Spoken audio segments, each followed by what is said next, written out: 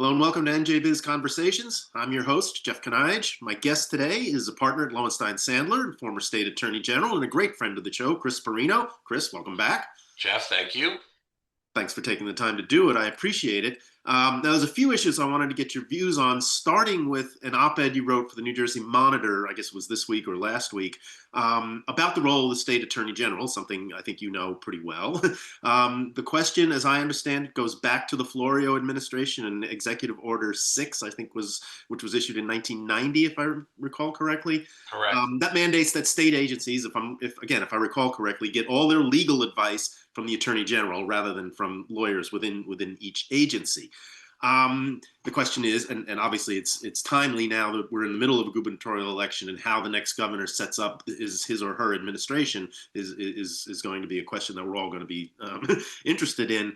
Now, in your piece, you go through the pros and cons, and I wonder if you just take us through that a little bit, starting with the idea of a concentration of power in what is already an extraordinarily powerful governor's office in New Jersey. Yeah, sure. Glad to do it, Jeff. And basically, this was like an open letter from me to the candidates. I figured if I actually wrote them a letter, they probably wouldn't read it. So this was my chance to get their attention, and hopefully they gave it a look. The issue really derives from one basic premise. Lawyers are involved in nearly everything that happens in state government. In 1990, Governor Florio, and I received a few emails from folks who worked in his administration, understood this and signed Executive Order 6 that required that all department and agencies rely exclusively on the AG for legal counsel, as opposed to having their own in-house lawyer. And the idea was to vest more power in the governor, right? To better control the inner workings of state government, since the AG and the governor are usually allies. Requiring that everyone in state government use the AG's office for counsel gives the governor, better opportunity to control operations. The other side of the coin, Jeff, as you know, is allowing department heads and agency heads to hire their own lawyers. That, I think, promotes independence and is probably more efficient when you've got your lawyer. If you're the head of, the education, and your lawyer is sitting next to you every day, that's probably more efficient. And that lawyer becomes conversant and presumably has expertise in the area that you need, as opposed to calling on the AG's office. Governor Christie strictly enforced it. Governor Murphy embraced, I think, the independence of the department heads and agencies. And, the way I sort of think about this is taking it back to business. Most CEOs want control of their entire legal team for all segments of the business through their general counsel. That's sort of what EO6 does. And my reason for raising it now is I just am hoping that the candidates, one of them soon to be governor, will actually give this some purposeful thought, as opposed to kind of backing into a decision without thinking about it in advance. Because,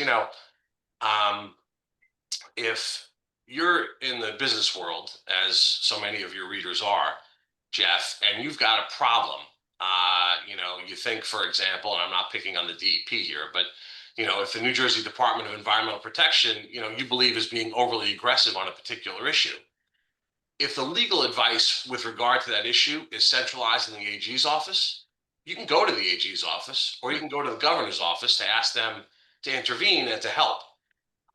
When the legal counsel is in-house at the DEP, when EO6 is not being enforced strictly, your sole recourse may be to the DEP commissioner himself. And that has pros and cons, both from the business perspective and from a governance perspective. But that's the kind of real life example that I think, the candidates should be thinking about as they, get closer to making a decision here. Okay. All right. Now, there's a few things that you raised there. I want to go through them if we can. First of all, was EO6, the executive order, designed to fix a problem that had been identified? I mean, was there previously a an inefficient or a different way of doing things that Governor Florio was trying to fix? So there are people who lived obviously then and were involved in preparing that executive order. Uh-huh. And I think the answer is yes. I Okay. think it was a step taken, perhaps I don't know for sure, by or through the encouragement of the then Attorney General um, to get better control over the legal representation of the departments and agencies. And I can tell you that, you know, every department and agency head in state government today, and when I was there, wants their own lawyer, right? Right. They want, their in-house lawyer sitting right beside them. And I understand that. I get it. And there's value in that. And, maybe it's better. I don't know. When I was there, it was it was helpful to be able to have sort of centralized legal discipline imposed across all departments and state agencies, Okay. at least from my perspective. But I Okay. have to say, I'm not sure what the better course is, but it's a big decision that the incoming governor will have to make. Okay. Well, that was I was going to ask you what the right answer is, and I will do that. I just want to get to one thing Yeah, still sure. about the difference between now and 1990. 1990 was 35 years ago. The state government. I mean, you know this better than I do, but it seems to me that it's gotten much larger and more complex. Is it still is the Attorney General's office up to the task at this point of providing the kind of all-encompassing legal advice that we're talking about here? So I think the answer is yes, but Okay. it will require if the next governor decides to strictly enforce EO6, it's gonna require some work because that is not the way the Division of Law, which is the civil side of the Attorney General's office, really has been operating in all respects. It does, for sure, provide legal advice across departments and agencies every day. Right.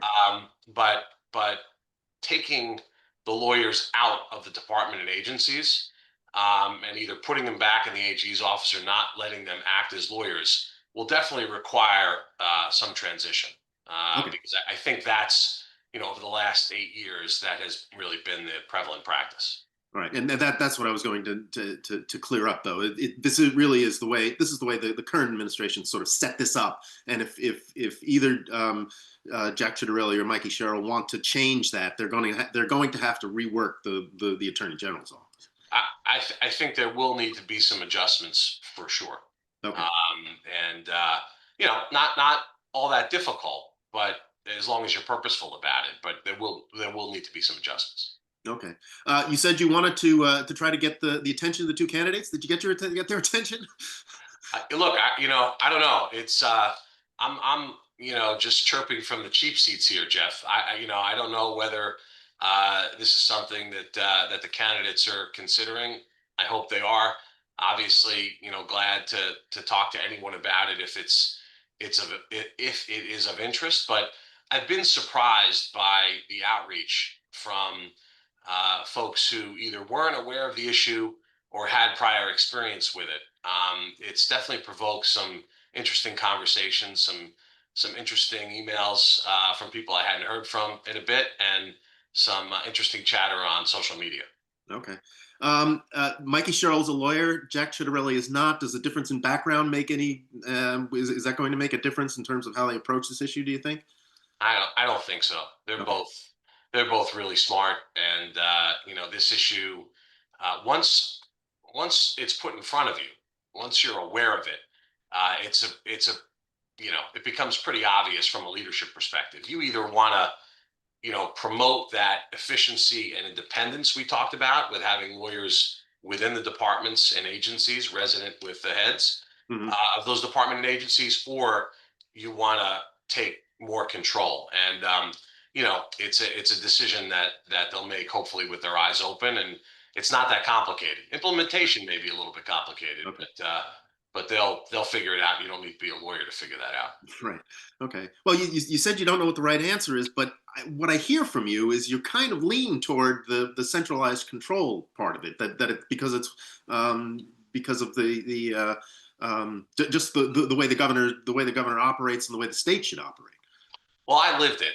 Right. You know, I lived that That's the other part. You were the that attorney general, so that environment. I lived it not only as Attorney General, I lived it as Chief Counsel right.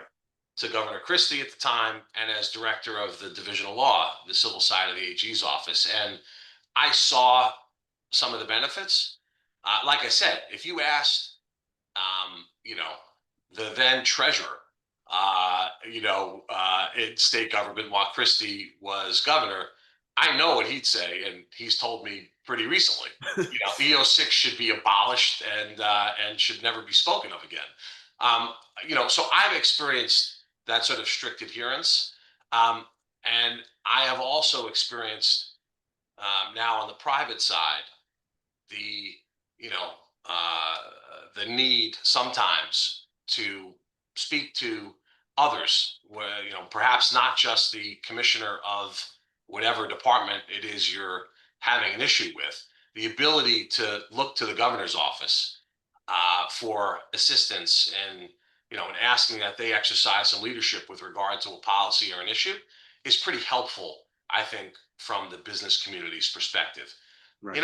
On the other hand, and there are people in my firm, who lived in the Murphy administration and who have experienced it, and they believe quite convincingly that affording that additional independence, giving lawyers the ability with subject matter expertise to reside with the department head or agency head is a real benefit, and it's rather convincing. So it's a tough call, but I lived in the environment where EO6 was strictly enforced, and I think it worked pretty well.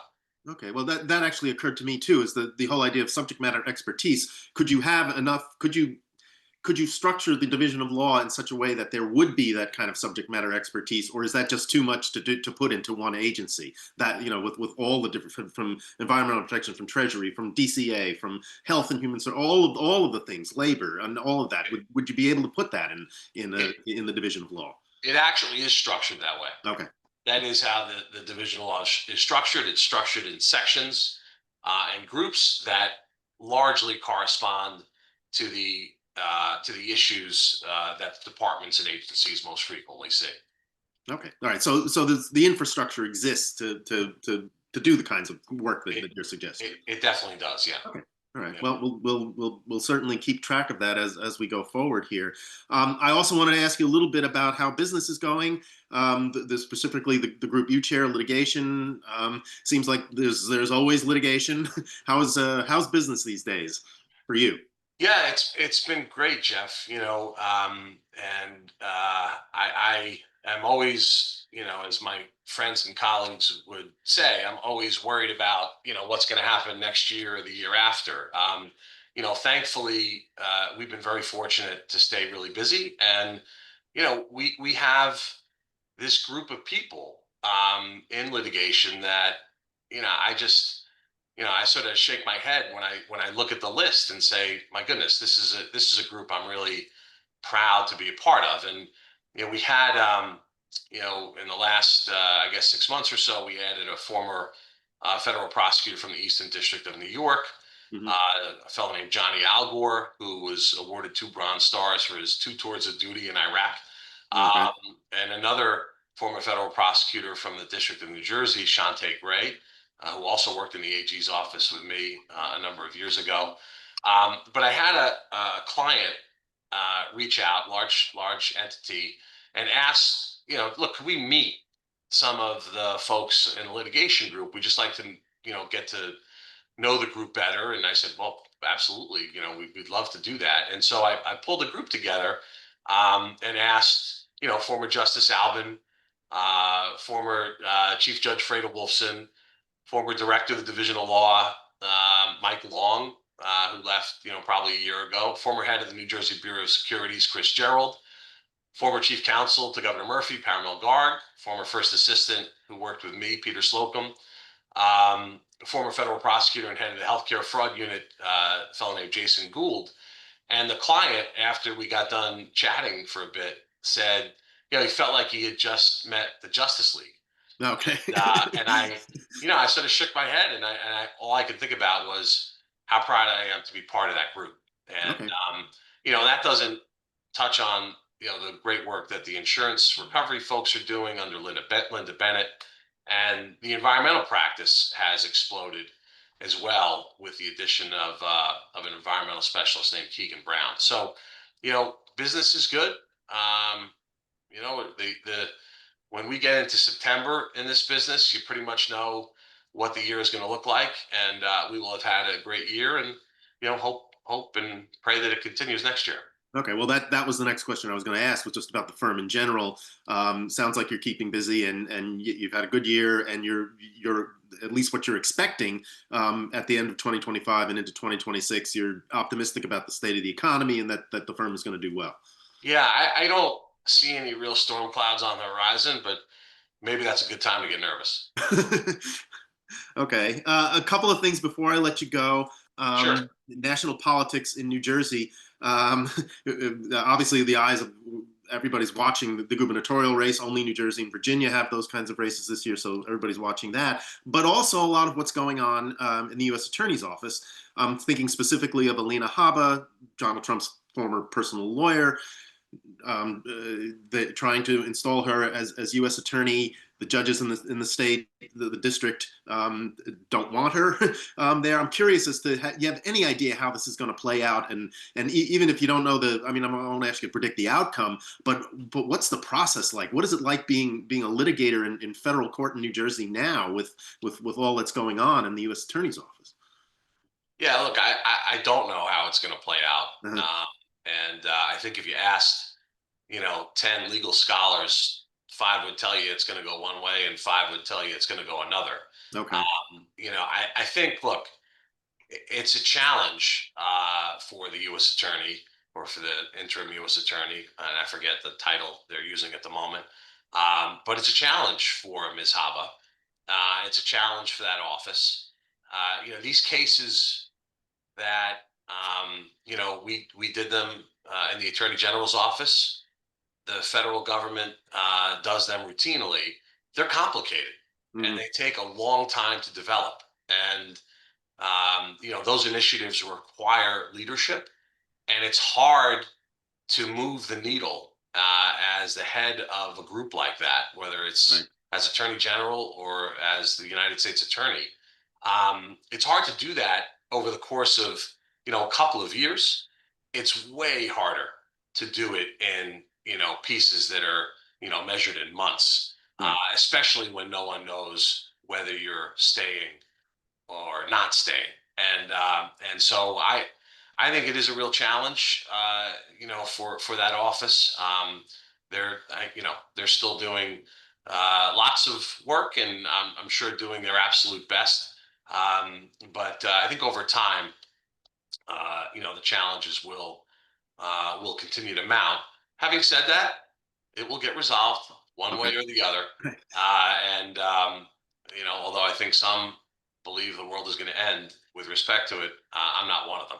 Okay. So we'll get there. We'll get an answer and a decision, and and we'll keep doing what we're doing. Right. So from your perspective, the business of the courts has been moving along, and you're able to do your job, and the colleagues of Justice League, as you just described them, are able to work the way they're supposed to. Yeah, look, there are always changes, right? Right. This is a bit of a different circumstance, It's a bit of a different no, circumstance. no, Yes. no question about it. Right. But the work continues. I think long term, if the issue is not settled and we don't have some stability, it will impact, ultimately the defense bar, because I think there will be less complex cases to defend. But I'm not in the least bit concerned about that right at the moment. And Okay. like I said, I'm optimistic one way or the other. In the relatively short term, this is going to get sorted out. Okay. And finally, before I let you go, I have to ask you about your own personal, your one of two of your cases. You represent the Trump organization in their dispute with the state over liquor licenses at the golf courses, and you represent Phil Murphy in the investigation that Alina Habba is conducting on, or says she's conducting about immigration and Murphy's handling of that. What's that like? To be representing Donald Trump on one, or the Trump organization on one hand, and Trump's, battling Trump's U.S. attorney pick on the other. Yeah, so there's not a ton I can say about that, Jeff, but Okay. I would say this. I think me well enough to know that I'm just not political. Right.